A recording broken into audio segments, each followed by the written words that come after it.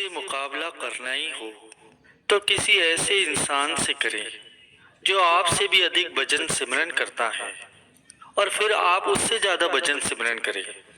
अगर वह 4 घंटे भजन करता है तो आप 5 घंटे का समय दें। बराबरी करने का यही सही ढंग है ना? पर यह बड़े खेद की बात है कि हम ऐसा नहीं करते। महापुरुष फरमाते हैं कि जब आप एक नदी भवसागर पार कर रहे हो तब सदगुरु सभी यात्रियों को नौका में बिठाकर गुरु को प्लीज वीडियो लाइक कर देना, सब्सक्राइब कर देना, प्लीज वीडियो लाइक कर देना, सब्सक्राइब कर देना प्लीज। इस पार से उस पार ले जाते हैं। कोई पहले उस तरफ पहुंच गया और बाकी दूसरे लोग भी वहां पहुंचेंगे, वे वहां पर भी साथ मिलेंगे। यही परमात्मा की दया है जो हमारे सदगुरु के जरिए हमें परमात्मा से जोड़ती है और हम ऐसे रिश्ते में बन जाते हैं जो कभी टूटता नहीं। हमें अपनी आत्मा का मिलाप परमात्मा से करना है। मुबारक है वह आत्मा जिसका परमात्मा से मिलाप हो गया। इसलिए संतों का कहना मानो, नाम जपो, भजन करो, चाहे शुरू में थोड़ा ही समय दो और जो अनुभव आपको दिया गया है उसे बढ़ाओ। प्रतिदिन के कार्यों पर नजर रखो। भजन सिमरन में कभी नागा मत करो। गलतियों को सुधारने के लिए रास्ता है, परंतु जो लोग कहना नहीं मानते उनके लिए ये रास्ता लंबा है। जिन्हें नाम मिला है वे एक दिन परमात्मा तक जरूर पहुंचेंगे, परंतु जो लोग कहना नहीं मानते उनके लिए सफर लंबा हो जाता है। आत्मा जब नाम के संपर्क में आती है तो वह ज्योति के दर्शन करती है और ध्वनि को सुनती है। ये दोनों चीजें नाम के अंतर ही स्थित हैं। यही सच्चा अभ्यास है। सवेरे 3 से 6 बजे का समय भजन पर बैठने के लिए सबसे उत्तम समय है। पूरी तरह से चैतन्य होकर बैठो। जरूरत हो तो स्नान कर लो, परंतु अभ्यास में ताजा होकर स्फूर्ति के साथ बैठो। जो नाम जपते हैं उनके सभी कष्ट मिट जाते हैं। एक बार जब आपको रास्ते पर डाल दिया गया है, अपने कान खोल कर सुन लो। दाएं बाएं मत देखो, पीछे कौन आ रहा है ये भी मत देखो। अपने से आगे निकलने वालों से मुकाबला मत करो। पूरी ताकत अपनी मंजिल को पाने में लगा दो। आपके साथ कौन दौड़ रहा है इसकी परवाह मत करो। आप आगे बढ़ो, दाएं बाएं मत देखो। आपको क्या करना चाहिए? जब आपको रास्ते पर डाल दिया गया है, अपने काम से काम रखो, अपनी खुद की तरक्की का ख्याल रखो। सदगुरु के जो वचन है वह प्रभु के वचन है, हालांकि वे इंसानी गले से निकलते हुए मालूम होते हैं। यह बदकिस्मती की बात है कि कई बार सेवक के दिल में सदगुरु के वचन उतरते नहीं। वह अपने आचरण को सुधारने की जरा भी कोशिश नहीं करता। इसलिए सदगुरु को सेवक को रास्ते पर लाने के लिए और शब्दों में बयां की गई सत्य की महानता को सेवक के जीवन में उतारने के लिए उन्हें सख्त कदम उठाने पड़ते हैं। अगर सेवक तन मन से अमल करे तो उसकी सारी कठिनाइयां मिट जाएंगी। अगर छोटा बच्चा खुद गंदगी में इस कदर भरा हो तो माँ को उसे सख्त ब्रश से साफ करना ही पड़ता है, और उस समय ये नहीं कहा जा सकता कि इस कार्यवाही में बच्चा आराम महसूस कर रहा है। उसको आराम तो तभी महसूस होगा जब उसकी सख्त सफाई खत्म होगी। वह उजला और साफ सुथरा होकर चमकेगा। बोलने से पहले 2 बार सोचो। 2 बार सोचो तुमको क्या सोचना है। पहला, कुछ भी कहना क्या जरूरी है?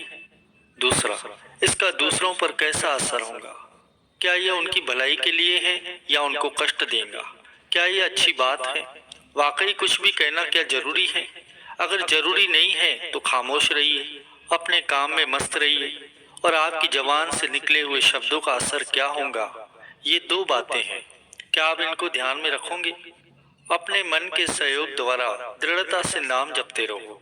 अगर आपको अंतर में सदगुरु के दर्शन एक काले पर्दे में हो रहे हो तो उसका ये मतलब नहीं है कि सदगुरु का स्वरूप काला हो गया है। धीरे धीरे गुरु के स्वरूप को ध्यान से, बड़े ध्यान से लगातार देखते रहें, फिर निश्चित रूप से वह पर्दा हमेशा के लिए दूर हो जाएगा।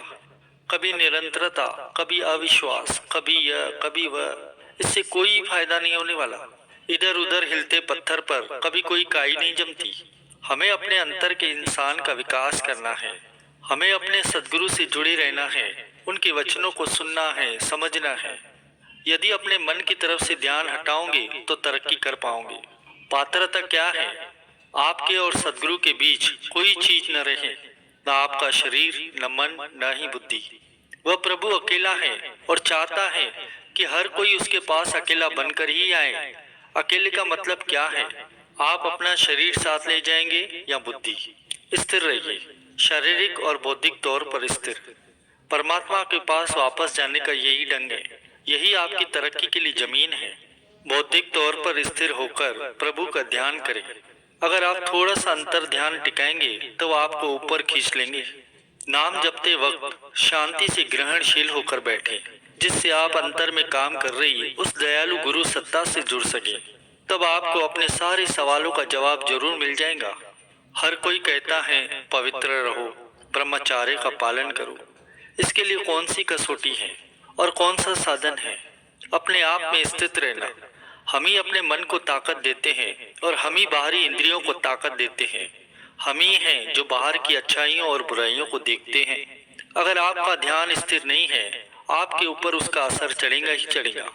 इसीलिए संत महापुरुषों ने दोहराया भी है कि किसी को मत छुओ, किसी की आंखों में मत देखो। अपने आप को बचाने के लिए ये बाहरी उपाय हैं। हजारों लोग इस रास्ते पर चलना शुरू करते हैं। उनमें से बहुत से लोग रास्ते में ही भटक जाते हैं, ज्यादातर लोग, लेकिन सब नहीं। हजारों में से कोई एक ही अपनी मंजिल पर पहुंचता है। प्रभु का नाम जपना ही सबसे बड़ी सेवा है। अंतर में प्रगति करो, बाकी सब अपने आप हो जाएगा। प्रभु से प्रेम करो, सारी मानव जाति समस्त रचना से प्रेम करो और एक दूसरे से भी प्रेम करो। आपने देखा होगा कि जिस इंसान ने किसी भी क्षेत्र में सर्वोच्च पदवी को प्राप्त किया है, तो शुरू में वह देखने से वह साधारण आदमी ही नजर आता है। वह पहले इंसान ही होता है और आखिरी तक रहेगा भी। परंतु जब आप उनके साथ मिल बैठेंगे तो आप उसको अपने क्षेत्र में मुकम्मल पाओगे। संत महापुरुषों की भी बिल्कुल ऐसी ही स्थिति होती है। सेवक को सद्गुरु जब नाम की दीक्षा देते हैं तो वह तब तक उन्हें नहीं छोड़ते जब तक सत्पुरुषों की गोद में न पहुंचा दे। यही पद परमात्मा का सच्चा स्वरूप है। उसके बाद सत्पुरुष उसे अलग